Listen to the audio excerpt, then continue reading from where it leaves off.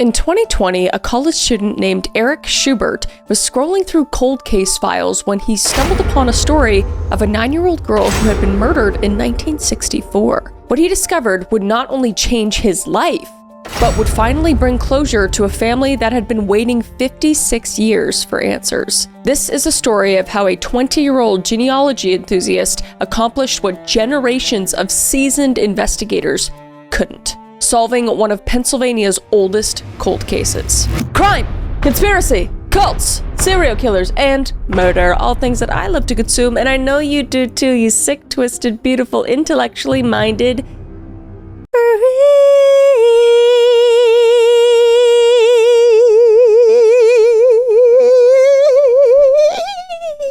Sounded like a haunted mosquito, didn't it? Anyway, today we are talking about a crazy case that I came across. It is absolutely mind-blowing, so without further ado, let's unbuckle our seatbelts, go Mach 5 down the highway, slam on the brakes, and bust through this windshield into this solved cold case together.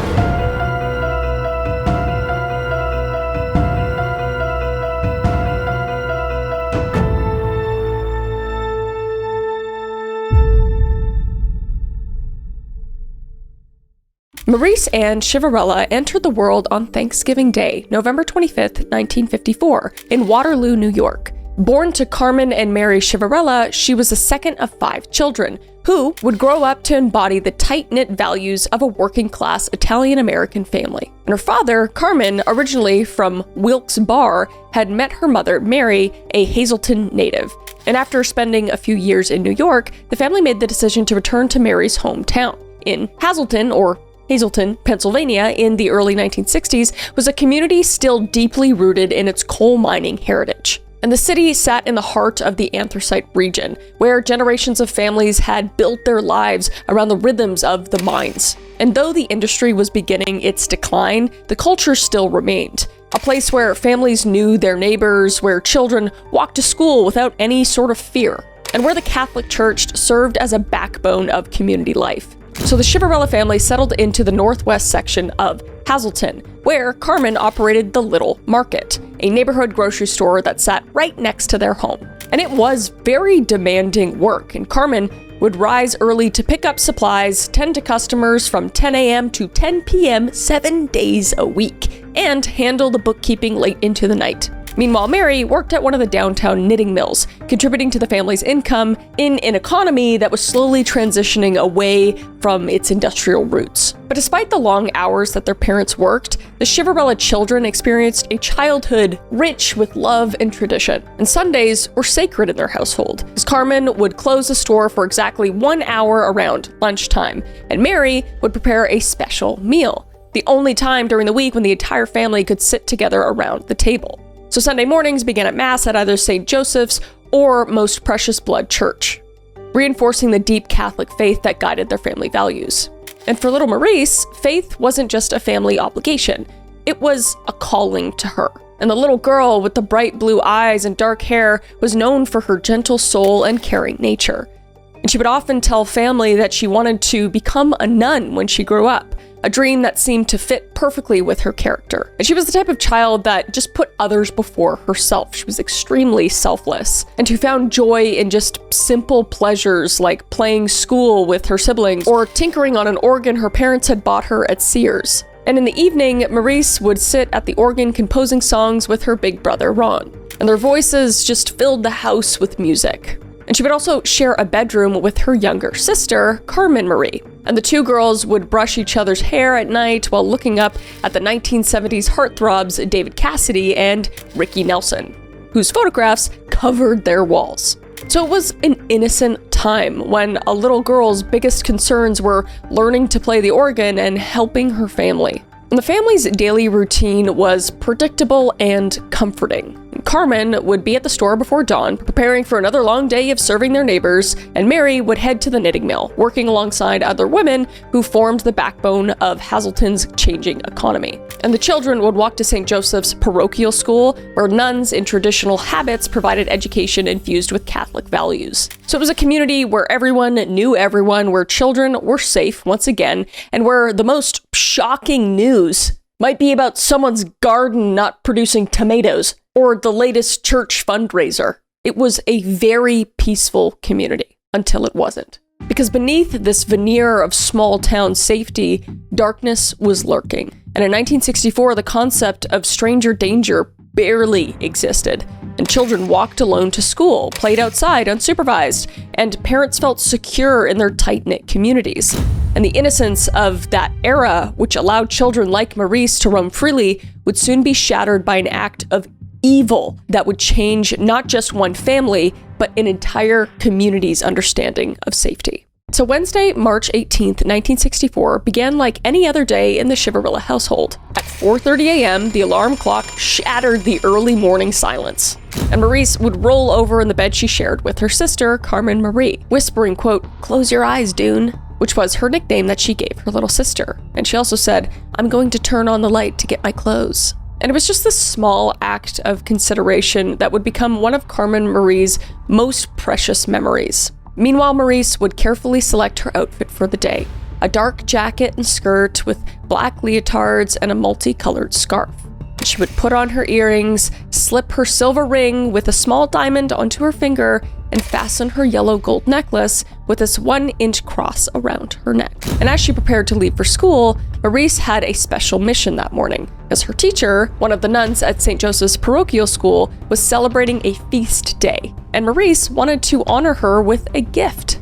Again, she's just so selfless and sweet and caring, and she would carefully select 2 cans of fruit from her father's grocery store, a gesture that perfectly captured her thoughtful nature. But this act of kindness would change everything, because instead of walking to school with her siblings as she normally did, Marise decided to leave early so she could drop off the canned goods at her classroom before attending daily mass. And it was an uncharacteristic decision for a girl who typically enjoyed the company of her brothers and sisters on their 6-block walk to school. So at approximately 8:10 a.m., Marise stepped out of her family's home and began walking alone down the familiar streets of Hazelton. And she told Carmen Marie she loved her as she walked down the steps and turned off the light. And Carmen Marie, still sleepy, told her sister she loved her too. But neither girl could have ever imagined these would be their final words to each other. So the route to St. Joseph's parochial school was one Marise had walked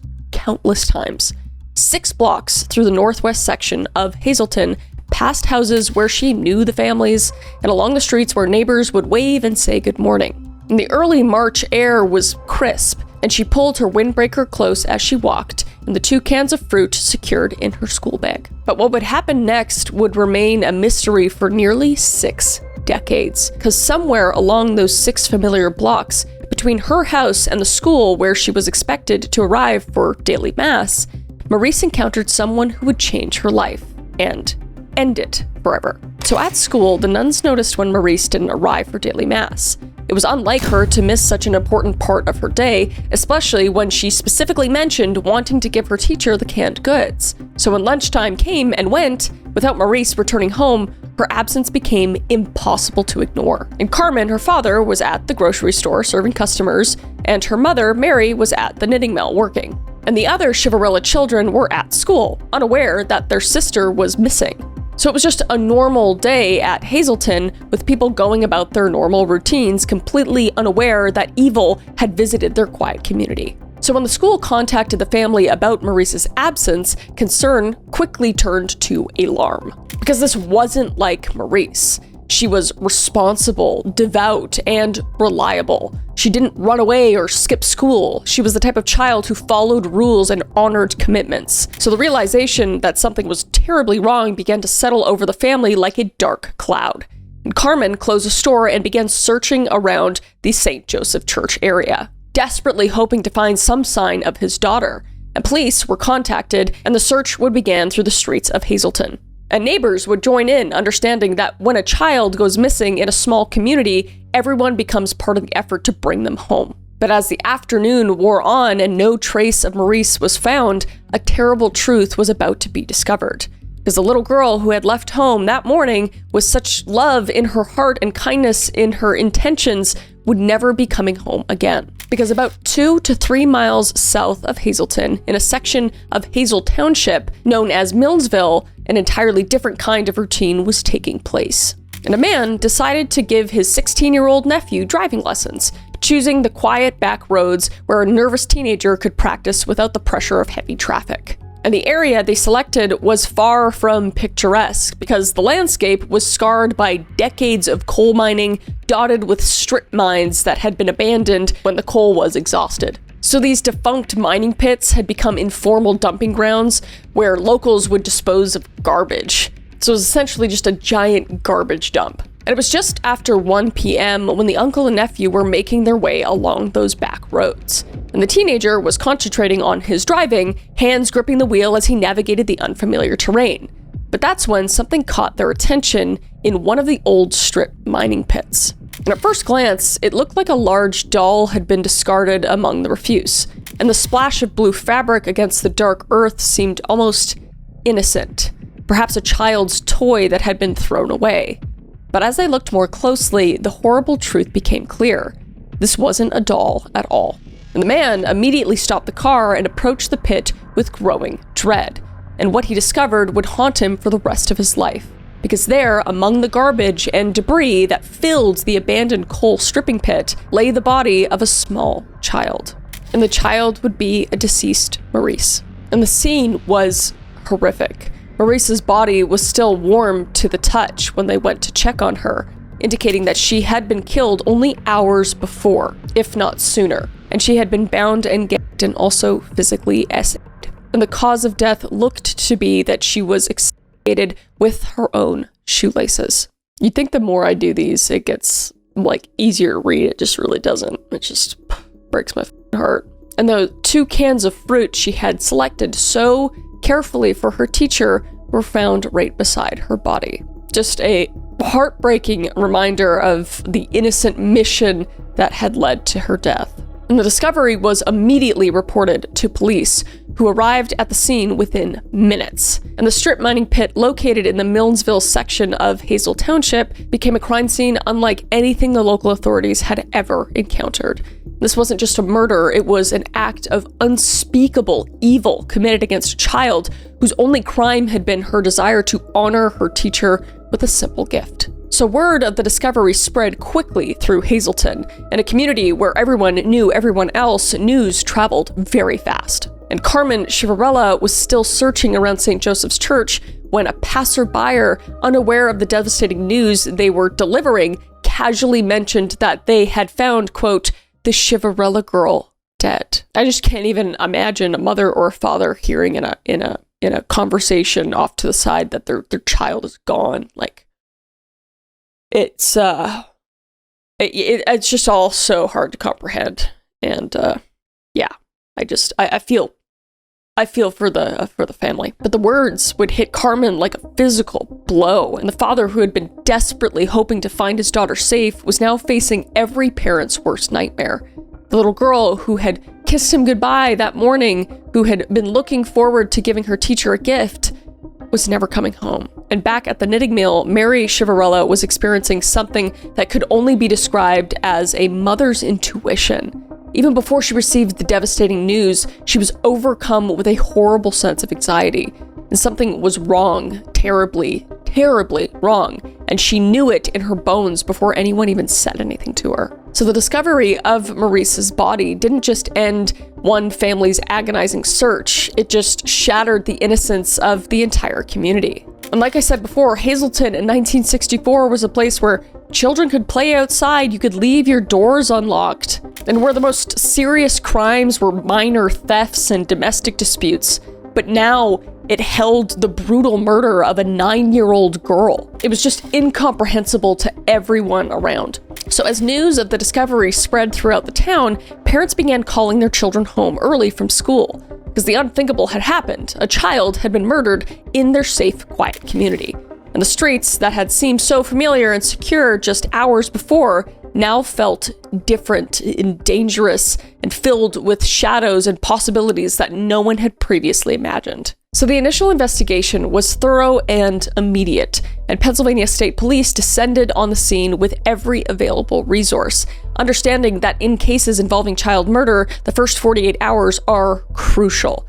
So they carefully documented the crime scene and collected evidence, and began the painstaking process of trying to understand what had happened to Marise. And the evidence was both extensive and haunting, because the killer had been careless, leaving behind crucial clues that would prove important decades later. And DNA evidence was collected from Marise's clothing, and that key evidence was semen stains and pubic hair that were found on Marise's clothing. Just so disgusting and vile. But in 1964, DNA analysis was still decades away from being invented, so these pieces of evidence were carefully preserved without anyone understanding their future significance. And the investigation expanded rapidly throughout Hazelton and the surrounding area. And police interviewed hundreds of people, following up on every single lead, every suggestion, and every possibility. They would speak to neighbors, they would speak to teachers, they would speak to store owners, and just anyone who might have seen Marise on her final walk to school. And the community response was overwhelming, and everyone wanted to help find the monster who had killed an innocent child. And State Police Corporal Mark Barron would say, quote, "What happened to her ushered in a change in this community. Whether you like it or not, the way you lived changed after March 18th of 1964 in Hazelton." And for the Chiverella family, the investigation represented both hope and just pure torture, because it was hope that the killer would be found and brought to justice, but torture in having to relive the details of their daughter's murderer over and over again. Each interview, each lead, each development forced them to confront the horrible reality of what happened to their little girl. And Carmen and Mary Chiverella handled the tragedy with remarkable strength, though their pain was evident to everyone who knew them. They would cooperate fully with investigation, providing any information that might help catch their daughter's killer. But they also just had to continue living, which I can't even imagine just going about your day after something like this happened, but they needed to work and support the rest of their family because they still had 4 surviving children to take care of. 4 children who were struggling to understand why their sister had been taken from them. And the investigation revealed several disturbing details about the crime. First, the killer had likely been familiar with the area, knowing about the abandoned strip mining pit where he could dispose of Marise's body. And the location suggested someone who understood the local geography, who knew where to go to avoid any sort of detection. So this led investigators to focus on local residents rather than transients or outsiders. But despite months of intensive investigation, leads began to dry up.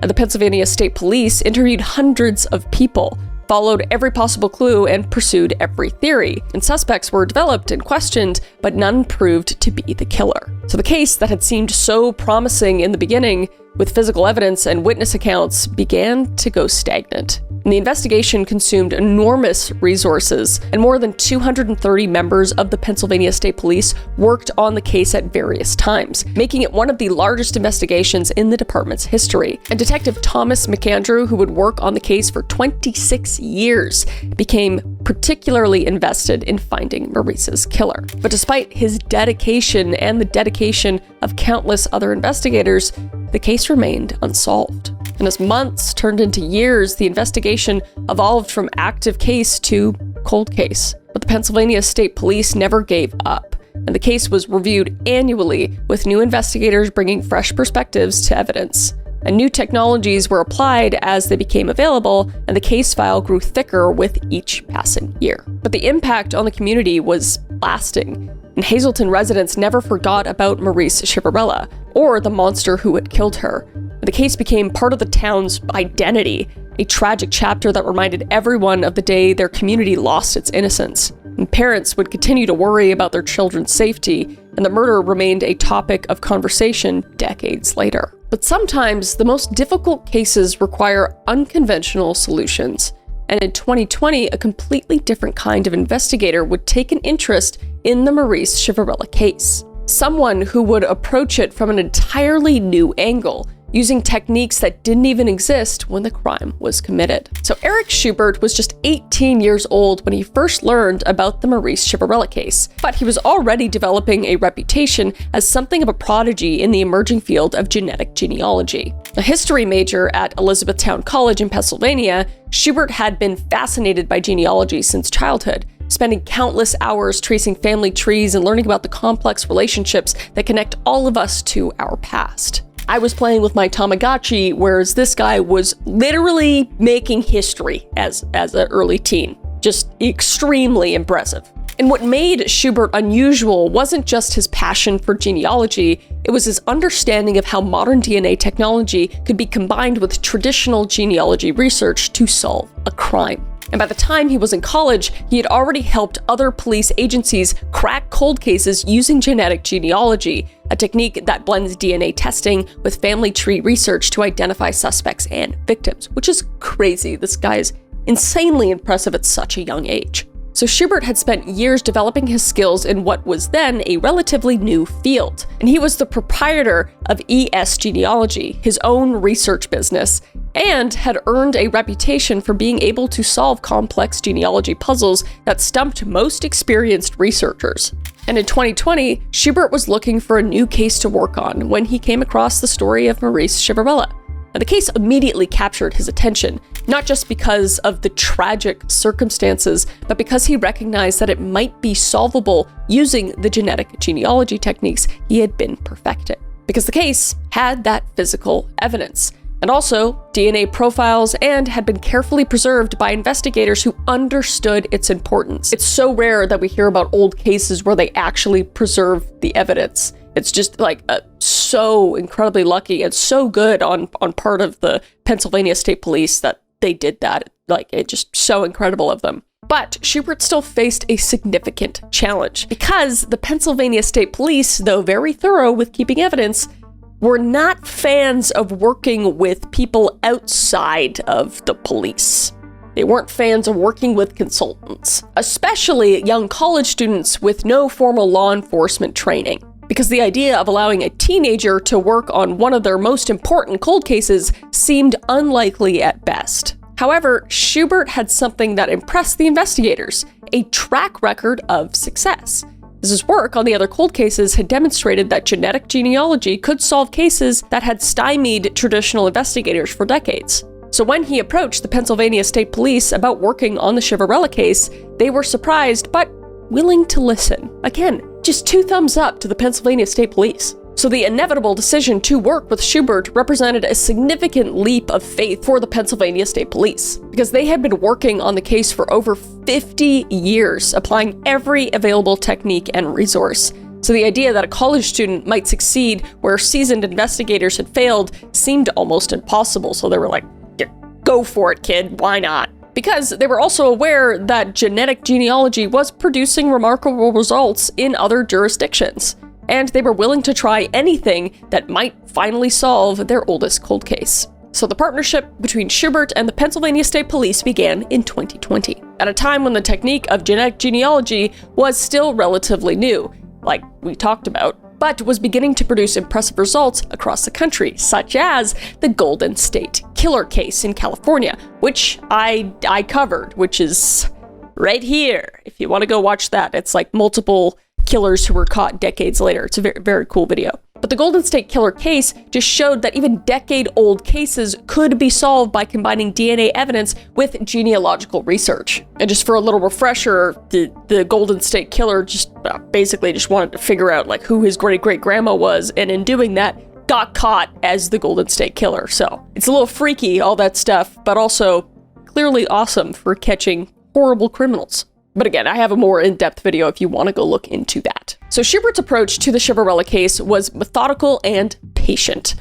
And he began by uploading the DNA profile from the crime scene to public genealogy databases, looking for distant relatives of the killer. And the process required extraordinary patience and skill, as he had to work backward from distant cousins to identify potential suspects who might have committed the crime. So the work was painstaking and often frustrating, because genetic genealogy requires researchers to build extensive family trees, often going back several generations to find common ancestors.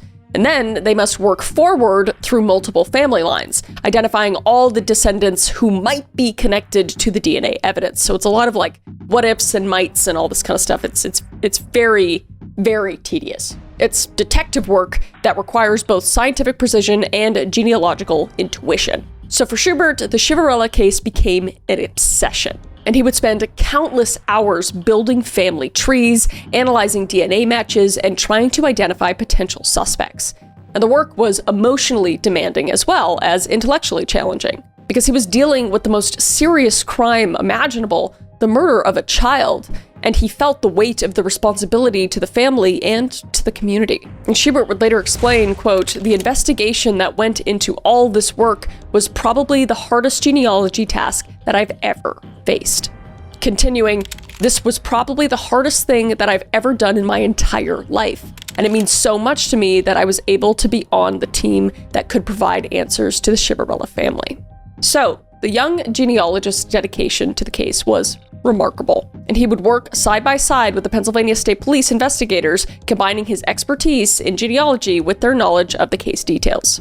And it was just a collaboration that represented the best of both traditional investigation techniques and cutting-edge forensic science. Because when we work together, we make great things happen. So as Schubert worked through the complex family trees and DNA matches, he began to narrow down the possibilities. And the process was like solving a massive puzzle, with each piece of information bringing him closer to identifying the killer. And at a certain point, he began to feel confident that he was on the right track, saying, quote, "I knew we were going to find the assailant." So in 2020, after months of careful research, Schubert identified a distant cousin of the perpetrator in the genealogy database. And this was the crucial breakthrough that would eventually lead to solving the case. Because from this distant cousin, Schubert began building an extensive family tree, or building it out more, mapping out all the possible descendants who might be connected to the DNA evidence found at the crime scene. And the investigation kind of became a race against time in a different sense, because many potential suspects were elderly or had already died, making it difficult to collect DNA samples for comparison. So the passage of time that made the case so difficult to solve was also working against the investigators as they tried to verify their findings. But as Schubert's research progressed, one name began to emerge as the most likely suspect: James Paul Forte. Born in 1941, Forte was a bartender and a bar supplies salesman who lived in Hazelton his entire life. And he had been 22 years old at the time of Marise's murder and lived just 6 or 7 blocks from the Chiverella family home. And the genealogical evidence was compelling, but it needed to be verified through traditional DNA testing. And there was one significant problem. James Paul Forte had died in 1980. 42 years before the case was solved. He had suffered a heart attack at the age of 38 while working at a bar where he was employed. So the investigators faced a crucial decision. To definitively prove that Forte was the killer, they would need to obtain a DNA sample from his remains. And this would require exhuming his body, a dramatic and expensive step that needed to be justified by the strength of evidence. But the case for exhumation was very strong, and Schubert's genealogical research had identified Forte as the most likely suspect, and traditional investigative techniques had confirmed that he had been in the right place at the right time. And additionally, investigators discovered that Forte had a history of violent sexual behavior that made him a plausible suspect for such crime. Because in 1974, Forte had been arrested on charges of rape and SA. But he had been given a plea deal for the less serious conviction of aggravated assault and was sentenced to 1 year of probation. And in 1978, he was arrested again on charges of reckless endangerment and harassment. So this pattern of behavior suggested someone capable of escalating to much more serious crimes, like taking advantage of and murdering a child. So the decision to exhume Forte's body was approved in early 2022, nearly 58 years after Marise's murder. And the exhumation took place under carefully controlled conditions, with investigators collecting tissue samples that could be used for DNA analysis.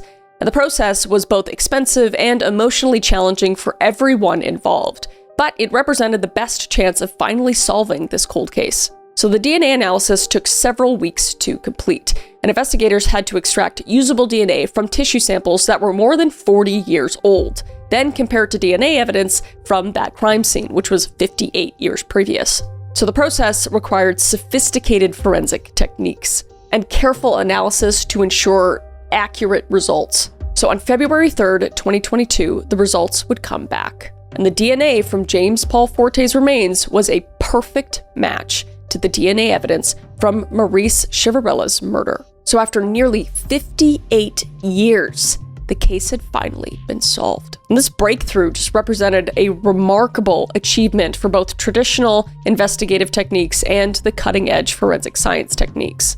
Because the Pennsylvania State Police had preserved the evidence for decades, ensuring that when the technology became available, the case could be solved. Just an absolute win for police. And Eric Schubert had provided the genealogical expertise that made the identification possible. And the combination of both approaches had finally brought justice to Marise Chiverella and her entire family. So on February 10th, 2022, nearly 58 years after Marise Chiverella's murder, Pennsylvania State Police held a press conference that would finally provide answers to one of the state's oldest cold cases. And the room was packed with current and retired investigators, and members of the Chiverella family and members of the media who had followed the case for decades. And State Police Corporal Mark Barron, who had become the lead investigator on the case, stood at the podium with obvious emotion. Because this was a day that many people had thought would never come. And he would say, quote, "Today we can finally say that we know who killed Marise Chiverella. And through the combined efforts of traditional investigation and cutting-edge genetic genealogy, we have identified James Paul Forte as the person responsible for this horrific crime." And the announcement was met with a mixture of relief and sadness. Relief that the case had finally been solved, but sadness that it had taken so long and that the perpetrator had already died and couldn't be held accountable for his actions. But at least we can hopefully assume he's rotting in hell. And the press conference provided details about James that painted a picture of a man who had been hiding in plain sight for nearly 2 decades after the murder. Born in 1941, James had been a 22-year-old bartender living just blocks away from the Chiverella household when he killed Marise. And he had no known connection to the family, making his selection of Marise appear to be a crime of opportunity rather than a targeted attack. And he also had the history of sexual violence and criminal charges as well, as we spoke about. But perhaps the most disturbing was the realization that Forte had lived in Hazelton for 16 years after murdering Marise, continuing to work as a bartender and interact with community members who had no idea they were dealing with a child killer. And he had attended the same churches, shopped at the same stores, and lived in the same neighborhoods as the family he had devastated. And for the Chiverella family, the announcement brought a complex mix of emotions. And the 4 surviving siblings, Ron, Barry, Carmen, Marie, and David, were present at the press conference, representing a family that had waited their entire adult lives for this moment. And Ron would say, quote, "That we know the individual, it gives us a sense of closure." And continuing to say, "No full closure, we'll never have that, but a sense of closure that we know the individual that did it, and that the individual isn't out committing the same crime and hurting other young girls like Marise." And Carmen Marie, Marise's sister, spoke emotionally about the impact of the case on their family, saying, quote, "We have so many precious memories of Marise. At the same time, our family will always feel the emptiness and sorrow of her absence. We will continue to ask ourselves, what would have been, what could have been?" But the family's response to the news was remarkable in its lack of hatred or desire for revenge. And their parents, Carmen and Mary Chiverella, had raised their children to focus on love and forgiveness rather than anger and retribution. Because even in the face of such tragedy, the family had maintained their faith and their commitment to justice rather than vengeance. And Ron would say, "It's never been about the hatred. It's never been about punishment or revenge, only justice." But the responses just demonstrated a remarkable strength of character that honor Marise's memory. And the press conference also highlighted the crucial role that Eric Schubert had played in solving the case, because the young genealogist, now 20 years old, was recognized for his extraordinary contribution to the investigation. And his work had accomplished what generations of experienced investigators had been unable to achieve. Saying, quote, "Eric's work was instrumental in solving the case. His expertise in genetic genealogy combined with his dedication and persistence made it possible to identify James Paul Forte as the perpetrator. This case could not have been solved without his contributions." Which I just think is so incredibly amazing for somebody to just see a case and be so dedicated to it, quite literally getting nothing in return besides the fact that he brought peace to a family and justice. So that is Marise's case. and Eric Schubert and everybody involved. Absolutely an incredible job, but an absolutely heartbreaking case. But it's good to know that the family can finally sleep at night knowing that that absolute waste of oxygen is in hell, burning in all sorts of ways, I hope.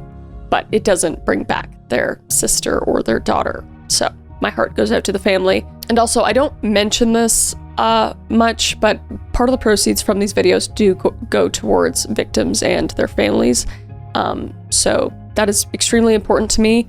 My goal, honestly, with this channel is to be able to give most, if not all, of the proceeds to families. And I also would like to make a charity. I'm working on that right now. So I just really want to give back to people because I can't even imagine what people are going through. All I can do is say their stories and keep your curious minds full. So that is the end of the video. Let me know other cases that you want me to go over. I always read the comments. That's where I get all of my ideas for these videos. So I appreciate you. I love you. Stay safe, and I'll see you in the next one. All right?